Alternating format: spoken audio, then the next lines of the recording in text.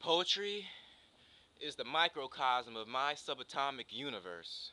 Words collide like corks specialized in verse with an impact worse than a Big Bang burst. My poetic articles resembles charged particles that spins rhyme delivering around your atomic molecules. Protons, charged positive, attracts the only passion that I can give and mutates DNA so the spoken word can live. The spoken word splits in nucleic mitosis and forms in every organ like homeostasis, balance, equivalence, and nothing but pure bliss.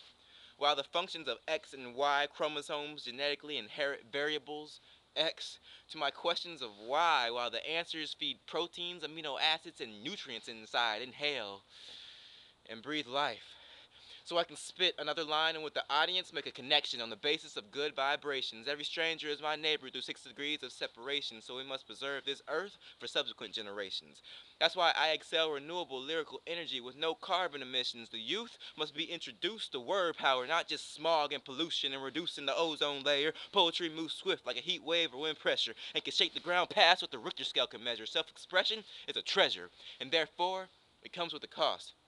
Mother Earth listens to the tensions of the world and hurls her uninhibited but yet well intended tornadoes and monsoons, couplets and haikus, sonnets and epics, blizzards and arctics, quatrains and cinquains, volcanoes and torrential rains, free verse and limericks with metaphors that soars past the gates of heaven's doors and pours back into the ground to spread life in every form. Once barren landscape can become overgrown with life. Can't you see how the tragedy of poetry can eventually build quality in everyday people like you and me?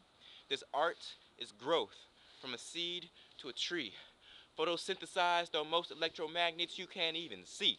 My words give off infrared heat and expand past the spectrum of rays and UV.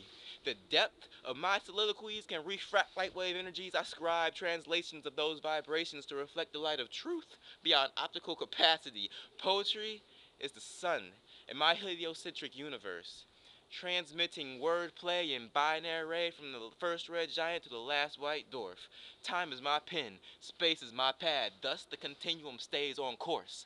Of course, the retrograde motion of these vocal discussions distort the course of our planet's procession, so subtle discretion is this verbal lesson so poets can pass the boundaries of scientific notation. Basically, everything shares the same simple elements and cyclical phases. It all just depends on what level you're in. We're all made of carbon, nitrogen, and hydrogen from the planets in our solar system to molecular ions, so pick up a pen to express your science within this world, within a world of words supports this theorem.